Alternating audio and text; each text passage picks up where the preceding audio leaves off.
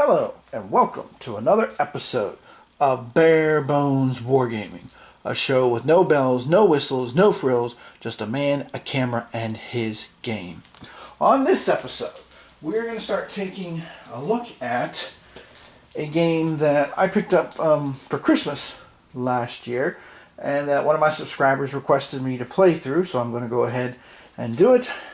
And that is Mrs. Thatcher's War, the Falklands 1982, done by White Dog Games and designed by Ben Madison, the last of his trilogy on the wars of Britain, the first two being the Don't Tread on Me and the Napoleonic Wars, also both published by White Dog Games. Now, this game here, as the title says, covers the Falkland Islands Wars. Okay, so I'm going to give you a quick overview here, and then we're going to jump right in, like we always do. I will say that, just as a kind of upfront thing, this kind of solitaire game is, to me, on the same par as learning, say, either Carrier or, one could say, a competitor to this game where there is Discord. And by that I mean as far as the detailed nature of the rules and learning the rules. There is a lot here to do and deal with. I spent some time with some questions on Board Game Geek seeking clarification on some things. So just to let you know up front, it does take a little bit at first to wrap your head around. My first play, I was just kind of like a man looking for a flashlight in a dark room. Of course, that's how it is with most plays and stuff, because that's why I call them clunker plays, because you're just kind of banging around. But even more so with this game. I had some questions, had a few issues, but now I think I've got a good handle on it enough. That's why I'm shooting the video, to again, just give you an idea how it plays, you know, for real, so to speak, and you can decide what you want to do. So, let's do a quick overview here. So first of all, we'll start over here with the Falkland Islands map itself.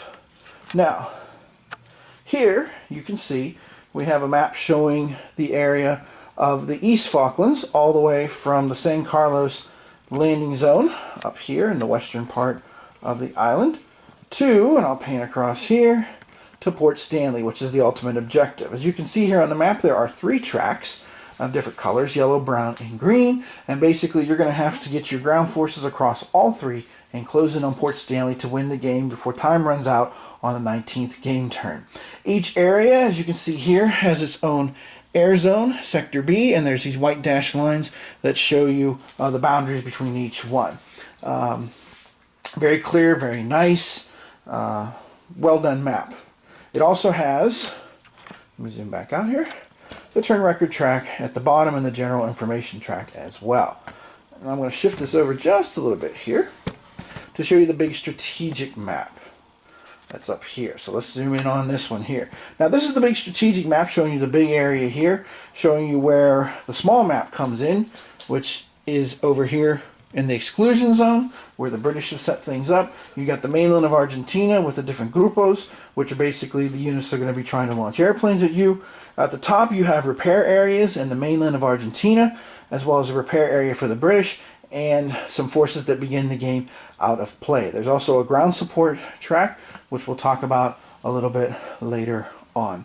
There is also a card that gives you the charts and tables for this. You need them for the ground support. There's an out of play units over there, and then of course there's some other tables concerning attacks with Exocet missiles. If you know anything about the Falkland Wars, you know what I'm talking about there, and also for naval combat itself.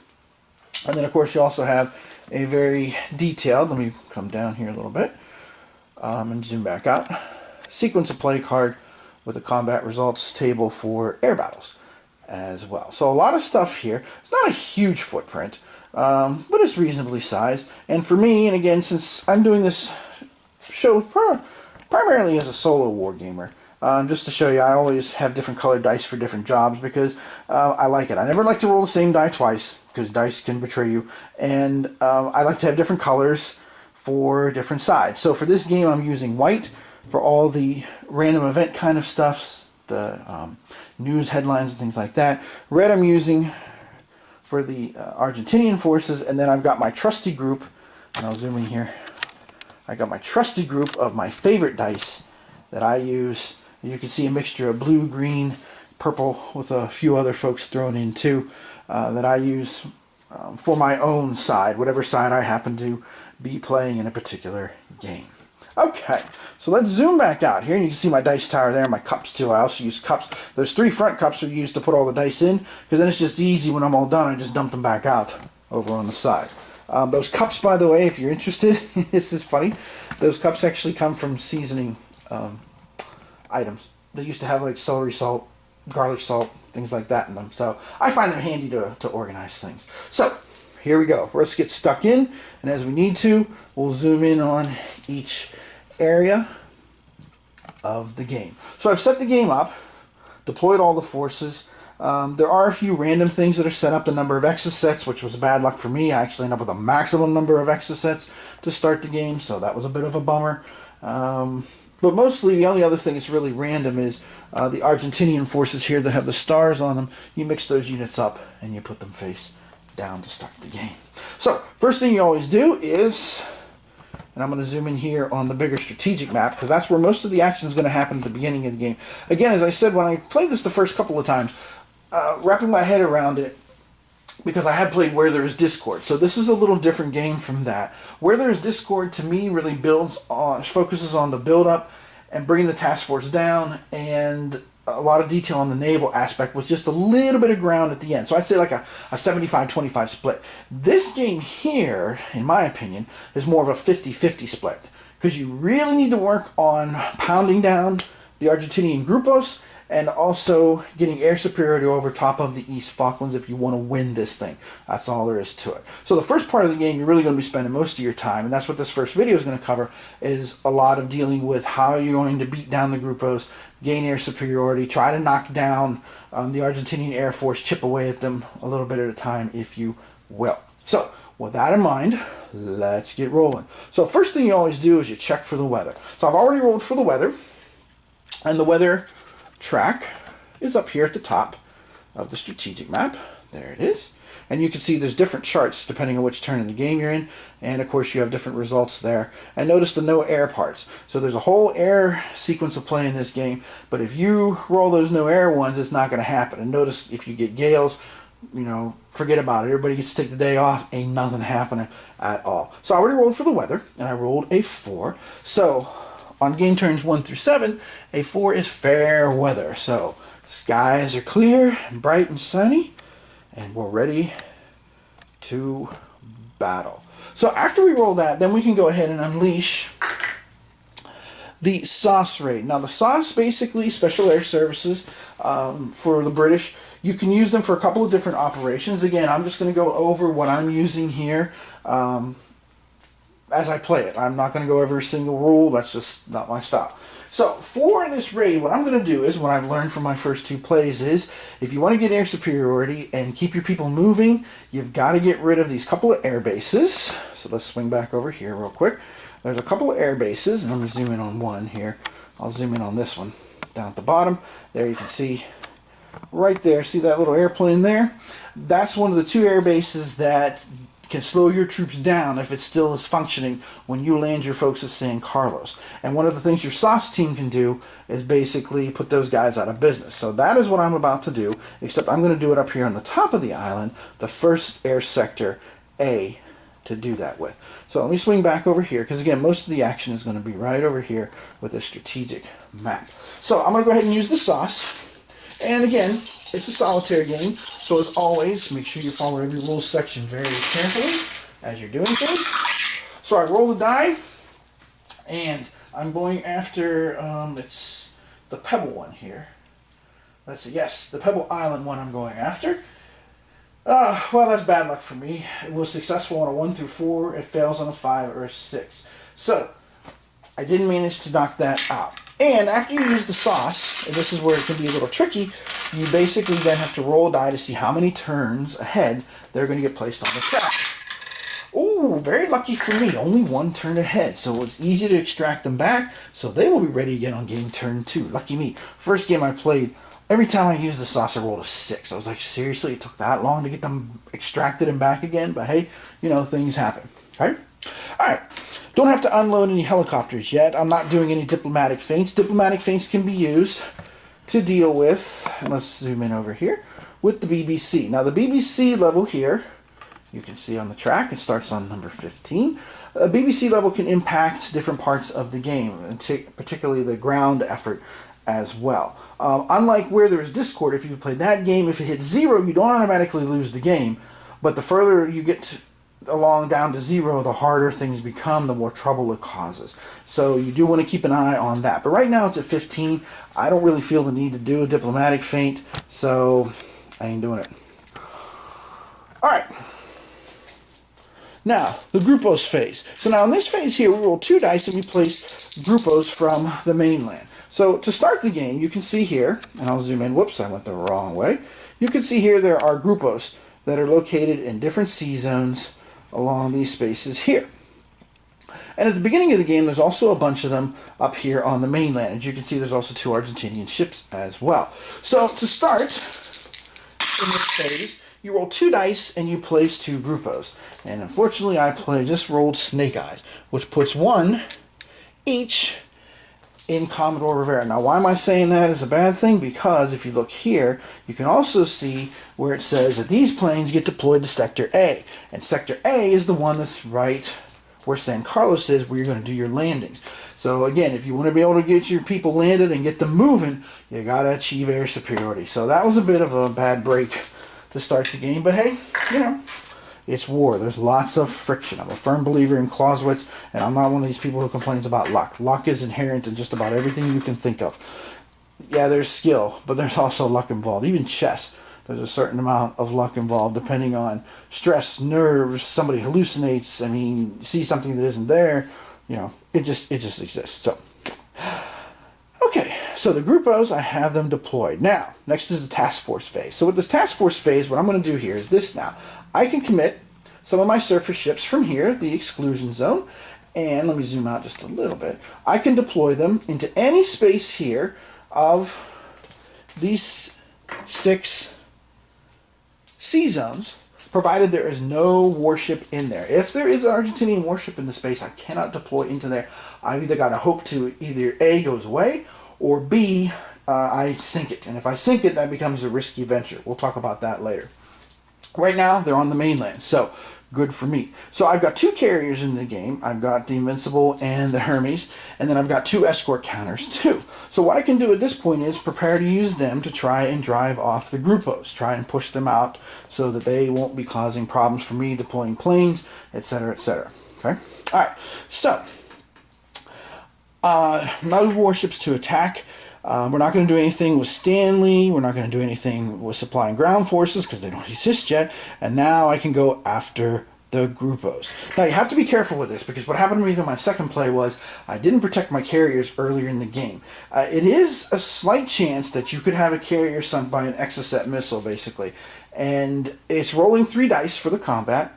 And if you roll 5 or less, which is not easy to do, and the carrier's by itself, bye-bye carrier. So be careful. So I'm going to be honest with you. It happened to me last game, like in the first 3 turns, so I'm a little spooked this game. So I'm going to send some escorts. If you have an escort ship with the carrier, well, then it's not as big a deal. So I'm going to go ahead and deploy the Invincible. And if you deploy a carrier, you must have at least 3 airplanes that match the carrier with it. As you can see there, there's the HI prefix on it, which tells you which carrier it goes with, either Invincible or Hermes. So I'm going to go ahead and deploy that, and I'm going to go ahead and deploy an escort counter in the same space too that I can use to go after those Grupos there. And I'm also going to try and push them away here from San Julian and Santa Cruz. I know what I just said, but you know what? I don't know. I just want to do it. So here we go. And again, I guess if I get sunk, again, part of my point of the whole of these videos is to show you how the game's played, to give you an idea of what happens. So, let's do it. As Tondo used to say back in the 80s. Alright, so once you got them all deployed, now you attack. Now, attacking is pretty straightforward. You just roll 3 dice, and you total the value of the dice. You must target the Grupo ahead of time that you're going to attack. So I'm going to use the Invincible on this one here, and then I'll use the escorts with the Grupo that's there. So here we go. First one. And I roll an 11. 11. Okay. The Grupo retreats under British fire. Woo! So the Grupo 3 is going back to the mainland. Bye-bye. Okay. I get to draw one Argentinian airplane from the pool. Here's the pool. Whoa. It's kind of close. Here's the pool. And again, I know it's a clear cup, but I just, as you can hear, whirl. I plunge, whirl, and pull, and I close my eyes so I can't see anything. And I pull out one of the enemy's counters, and then I put it into the repair pool. Now, for the Argentinians, the repair pool can be critical because they didn't have a whole lot of spare parts, and there's even a section about this here in the rules. And if they get too many planes there, they're going to start losing planes that won't be able to be operational and such, too. As I recall, too, from a book which actually had a good chapter about the Falklands, why air forces fail. Another problem the Argentinians had was they didn't have enough runways. You know, they couldn't switch the planes around and stuff to get enough airstrikes launched in the course of the day. So that's kind of interesting, too. Let's go back to our combat result, though, here. Now, the British ship goes in the Trala box, which is here. And then the planes technically are supposed to stay up here, but I just keep them with the carrier because it just makes it easier, I think. And I haven't seen anything in the rules that really causes a problem with that. And the last thing it does is, hey, moves the BBC opinion up by 1. So we go up to 16. Excellent. Now, I've got the escort unit there. The escort one is going to attack the other Grupo 6. Now, the thing is that, of course, with the carriers, you don't need high die rolls to get a good result as you need with the escorts. So the escorts, hey, woo! Oh, no. Oh, no. I rolled 3 snake eyes. Can you believe this? A British ship was sunk by an Exocet. So, reduce the British broadcasting news level by 10. So, I just went from 16 to 6. Woo! Oh, no. Exocet total goes down by 1. So, that doesn't make me feel any better. And place the British ship in the Trala box, unless it was on an escorted carrier. Well, it wasn't. There was escorts there. Yeesh. Unbelievable. Okay. Alright. Rough start. Here we go. So, better for that one than this next roll here, because now I've got the Hermes all by itself.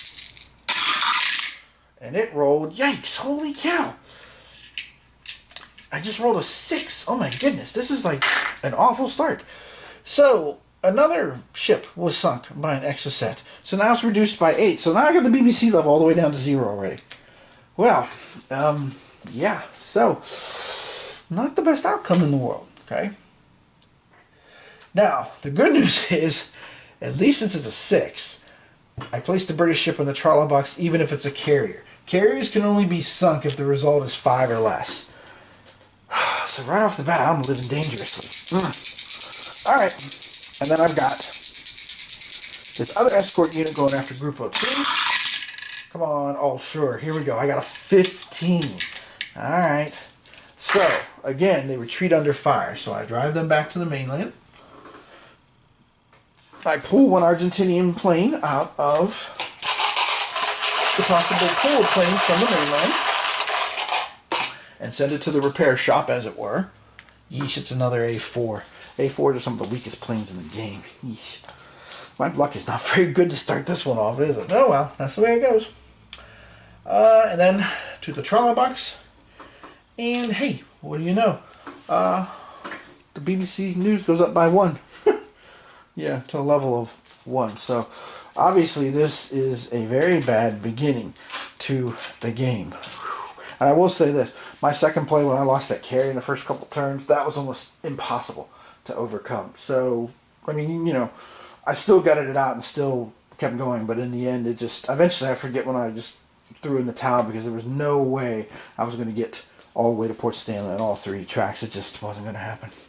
Okay, so, well, now, that was no good. Alright, now we're going to determine the target sector for the air assets for the Argentinians. So let's go over here. Now, the target sector, I'll just move the whole tripod. Be easier that way. Now, the target sector refers to these sectors here on the map as A, B, C, D and E. There are A through E ones there. So, the target sector here is basically pretty straightforward. It's the sector with the most British ground units, or if there's none, it's the one around Port Stanley. So, put the red target sector marker in Air Sector E. That's pretty straightforward, without too much issue. Now, for the first turn, though, there is a special turn rule here. Place one randomly selected Argentine aircraft faced up in each air sector on the big map. So, I got to do that now. So let's see what the Argentinians get in terms of air units. So, ooh, that's the strongest one in the game. That's got a combat value of 11 there in Sector A. 9 in Sector B, that's kind of nasty. It also has a little roundel. We'll talk about what that means here in a minute. Oh, there's another one of those little A4 planes running around in Sector C. And, of course, we have our last two planes here deployed there. Now, that's only for turn one that you get that special first rule. That's it. Now, the Grupos are going to deploy their planes. And here's how that works. Going back to the big map, we roll a die. And again, each one of them, as you can see there, has a die number to it. And you start with wherever the die roll was, which was a 1. So I'm going to start up here. And you draw 2 planes and put them in the air sector that matches on the Falklands map.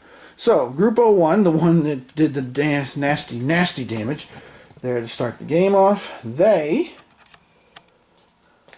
get to put 2 planes in Air Sector A. So there's 2.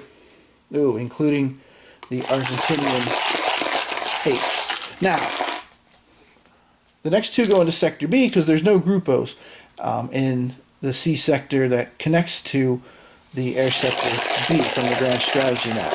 2 also going from Rio Gallegos, which connects to Sector E, and then 2 more for Rio Grande, which goes to the target sector, which in this case also happens to be Sector E. So there's a boatload of planes on the map here. Now, once the Argentinian planes are deployed, then I get to launch my air assets here. So I've got 4 planes.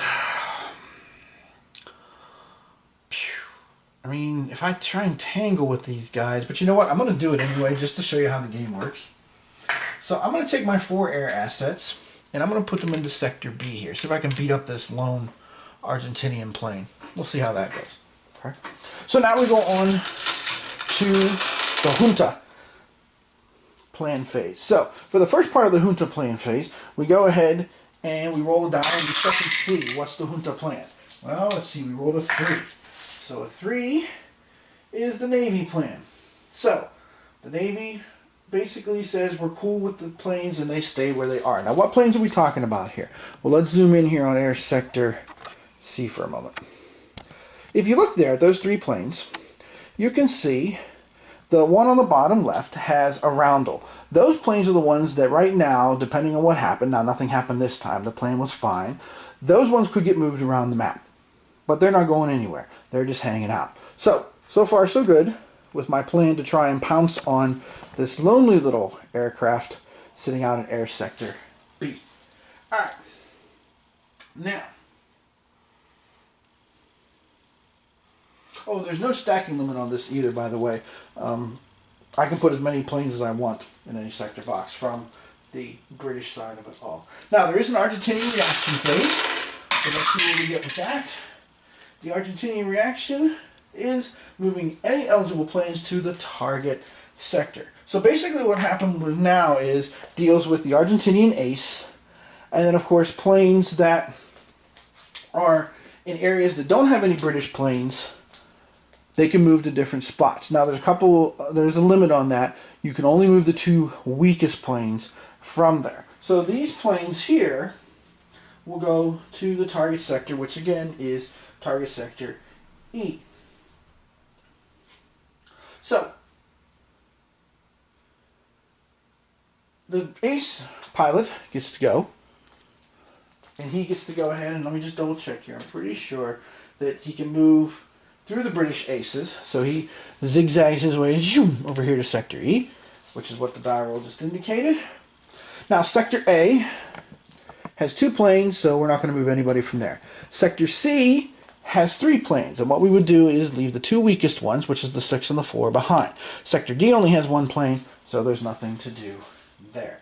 So we have done the Argentinian reaction, and now we'll do the air battle procedure. So let me zoom in on Zone B, because that's where the action is.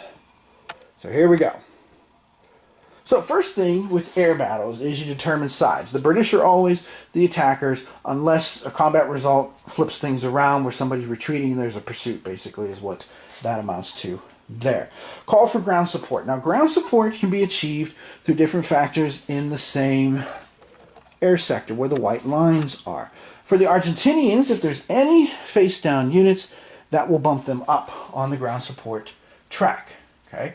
And they will get extra support there. For the British, it's basically about ground support troops, settlements that they have, or naval, I believe is the last one. Yes, naval gunfire support only in certain sectors. So the British don't have anything else here.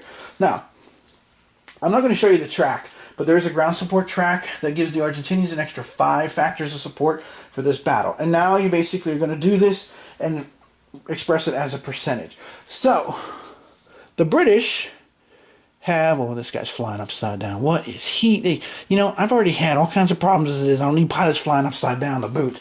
All right, so I'm going to have here 4 times 7, that's 28 factors, versus 9 and 5 is 14. Now that basically comes out to 200% if you do the math. So, higher number is better. So, looking for big money, big money. And I rolled a 4. So 200% on the 4 yields a DBOP result. So, DBOP, what in the world does all that mean? Well, it means this. It means the defender breaks off, and I can pursue if I want to. Now, when the defender breaks off, depending on who it is, you go one of 2 directions. If it's the Argentinians, they're going to go towards the San Carlos landing zone. If it is the British, they will head towards Port Stanley. If either side has a plane that's forced off the edge of the map, say this was Air Sector A instead of B, then those would be considered quote-unquote eliminated, which basically, in this game, eliminated means you cause the other side to skedaddle, for lack of a better way to put it. So, this plane will head over to Air Sector A. My 4 planes will stay here. Now, I can pursue them if I want as the British player. I have the option. But you know what? When you look at Air Sector A, let's zoom in on Air Sector A here. If I try to attack Air Sector A right now, check this out. Look how much extra help there is down there. Okay? So now I would have to attack all those planes, and there's an 11 down there, the strongest of the Argentinian planes. So this is the first turn of the game. I'm not real anxious to lose a bunch of planes. I was trying to send some more to the repair space, but it didn't work. So that's that. So I'm just going to go ahead and let that go. And that's basically going to be it. I'll have air superiority in Sector B, which doesn't really mean anything right now. Air superiority is critical, though, once you start to get troops on the ground. So again, like I said, the first part of this game is really all about trying to get control of the air so that you can get your people and get your boots on the ground and start marching, or yomping, as the term is here, as you'll find out in the rule book, across. Now, ground war phase. I can skip that because I have nobody on the ground. So now we go to the very end. We check for victory. Well, we're very far away from victory, clearly, at this point. Okay, our last turn defeat. So basically, this game goes the whole way to the end. This is going to go 19, turns. This is going to be like a heavyweight fight. This is going to be a slug and knock them down, see who's the last man standing kind of thing. Alright, so I could conduct a landing at San Carlos if I wanted to at any point, but I'm not going to do that because I have had a horrible start among other things. Plus, you need more time to get control of the air, drive off the grupos, that kind of thing. Because the more grupos there are over here, the more planes are going to show up on the smaller map. So, pure and simple. Alright. Now, I reset, unflip British ground units, there are none. All British ships are now moved back to the TEZ zone. So, there we go. All set there. Now, Admiral Anya, I think I'm pronouncing that right, directs his ships. So basically, there's the two Argentinian ships. There's a cruiser and a carrier force. So I'm going to roll a die for each one and see what they're going to do. Now, if I roll doubles, they don't go anywhere. They just kind of hang out and stay on the mainland where they're at. But I rolled a 2 and a 1, actually, for them. So, a 2 for the cruiser puts them down at Rio Gallegos. A 1 for the carrier force puts them at Commodoro Rivadavia, I think. I took Spanish in high school, but that was a long time ago. I'm not going to tell you how old I am. Forget it. Alright. Now, why is this important? Well, here's why this is important. Let's zoom in on it. Whoops. There we go. Here's why this is important. Remember what I said earlier in this video. Basically, it's important because now, unless I go after these guys and sink them, I can't put any ships to drive away those two grupos. And of course, that one grupo is the one that's over top of Sector A, or monitoring Sector A, which is where I want to be able to land my people. So, that's a problem right now. So I'll have to figure out what I want to do with that next time. Now, part shortage. The Argentinians lose one plane if there's more than 3. Well, there isn't. There's only 2. And now we repair. Now, repair is based on weather. Now, the weather is fair. So basically, everybody gets to head back to their base. The British would head back to their exclusion zone if there was anybody in the repair box. And the Argentinians head back to their cup, which represents the mainland here. Alright, now, political factors, nothing to worry about there right now.